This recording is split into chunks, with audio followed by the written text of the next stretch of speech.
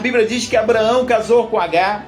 E o que foi que Agar gerou? A Bíblia diz que Agar gerou escravo, porque quem está debaixo da lei só vai gerar escravo.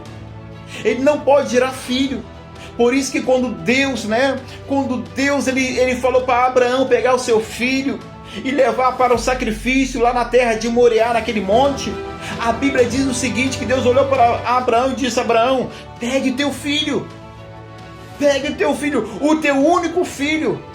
Mas espera aí, quantos filhos Abraão tinha? Abraão, querido, ele tinha 2 filhos. Um era Isaac e o outro era Ismael. Só que Deus só reconhece Isaac, Deus não reconhece Ismael. Deus não reconhece o filho que é gerado na carne. Deus não reconhece o filho que é gerado debaixo da lei, porque Agar representa a lei.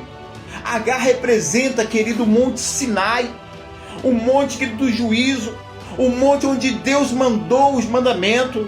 Por isso que Paulo faz uma analogia falando que nós não somos filhos, da escrava, mas somos filhos do céu, do alto, Fala de Sara, filho da livre. É por isso que nós somos livres, nós somos filhos da promessa. Nós pertencemos à promessa que foi feita a Abraão.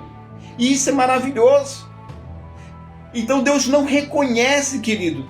Ah, pastor, eu estou gerando fruto. Não, Deus não reconhece. Deus não reconhece o fruto da carne. Porque o fruto da carne, querido, é só para esse plano natural. Mas aquele que gera, querido, através do Espírito, aquele que gera, querido, através da promessa, ele vai gerar fruto eterno. Isso é maravilhoso, querido. Isso é maravilhoso. Nós temos esse entendimento. Então Deus não reconhece o filho da escrava. Queridos, no capítulo 14 de Gênesis, Deus ele vai se revelar para Abraão como o Elion, o Deus poderoso.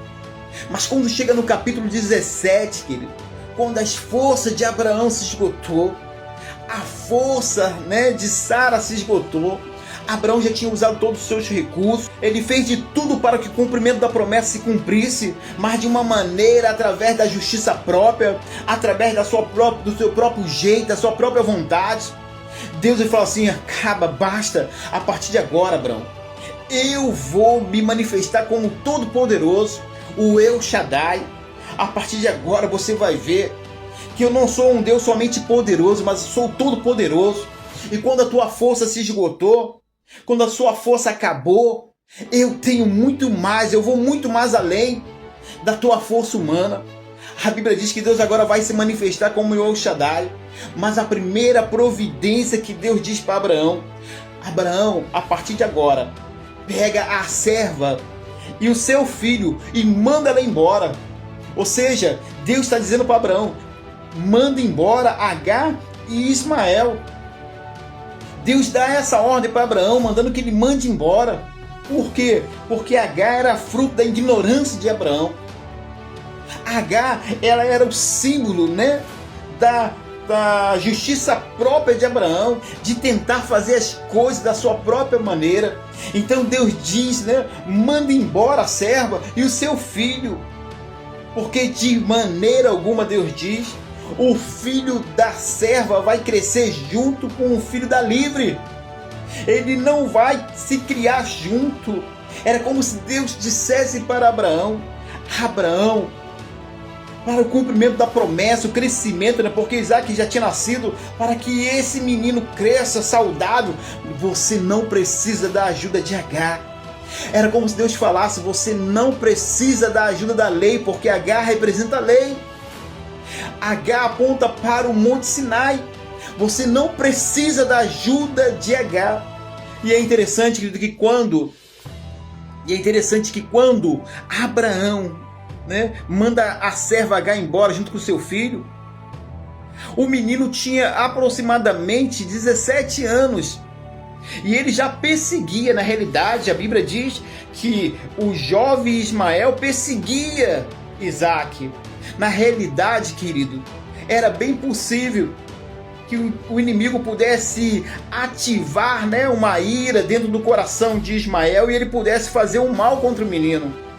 Então Deus está mandando Abraão mandar embora, né, Agar, e mandando também Ismael embora para preservar a promessa, o cumprimento da promessa, para que a promessa pudesse crescer e se manifestar.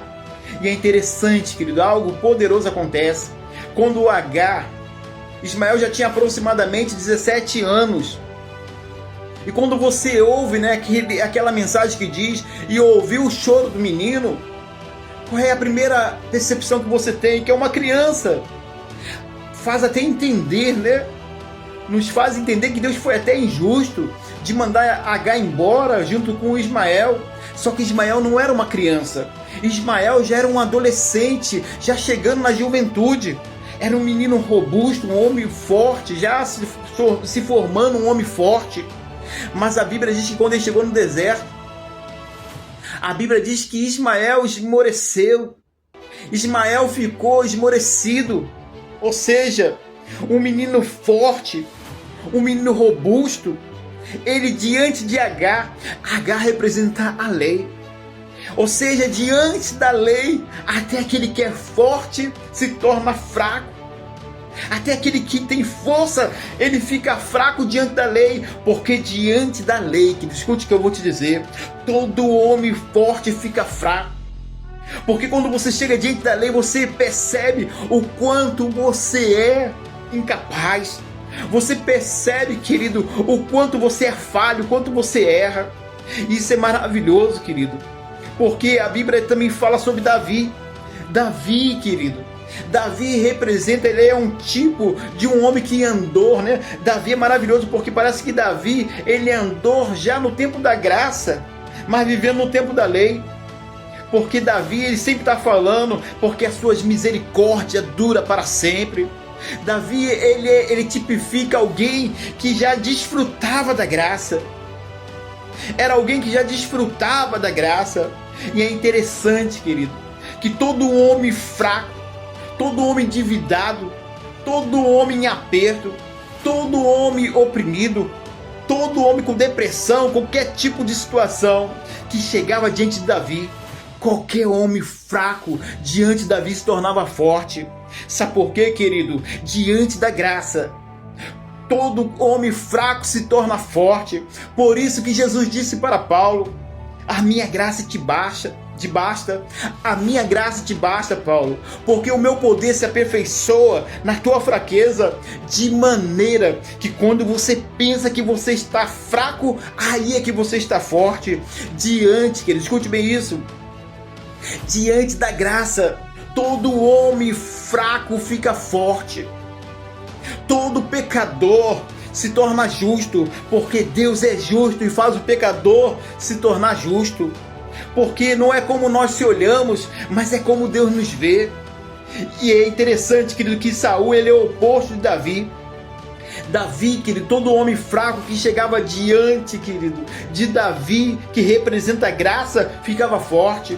Saul, querido, ele tipifica um tipo da lei, um homem que foi levantado pela vontade humana. Representa aquele que tinha cheio de justiça própria. Todo homem forte, querido, que chegava diante de Saul se tornava fraco. Todo homem que chegava diante de Saul, querido, poderia ser o mais forte, se tornava fraco, porque Saul representa a lei. E todo homem forte diante da lei, ele se torna fraco, porque a lei, a Bíblia diz, a lei não aperfeiçoa ninguém. O propósito da lei é só mostrar o quanto você é fraco. O propósito da lei é só mostrar o quanto você é pecador. O propósito da lei é só mostrar o teu erro. Mas ela é eficaz, querido, ineficaz. Ela não pode te ajudar. A lei não pode, querido, melhorar. Nenhum homem, ele se torna melhor quando ele começa a caminhar pela lei. Pelo contrário, porque o propósito da lei é agravar o pecado. É agravar, aumentar o pecado. Isso é maravilhoso, querido, porque Deus é muito bom. Por isso que Paulo está dizendo, nós não estamos debaixo da lei, mas debaixo da graça. Glórias a Deus. Isso é maravilhoso, aleluia.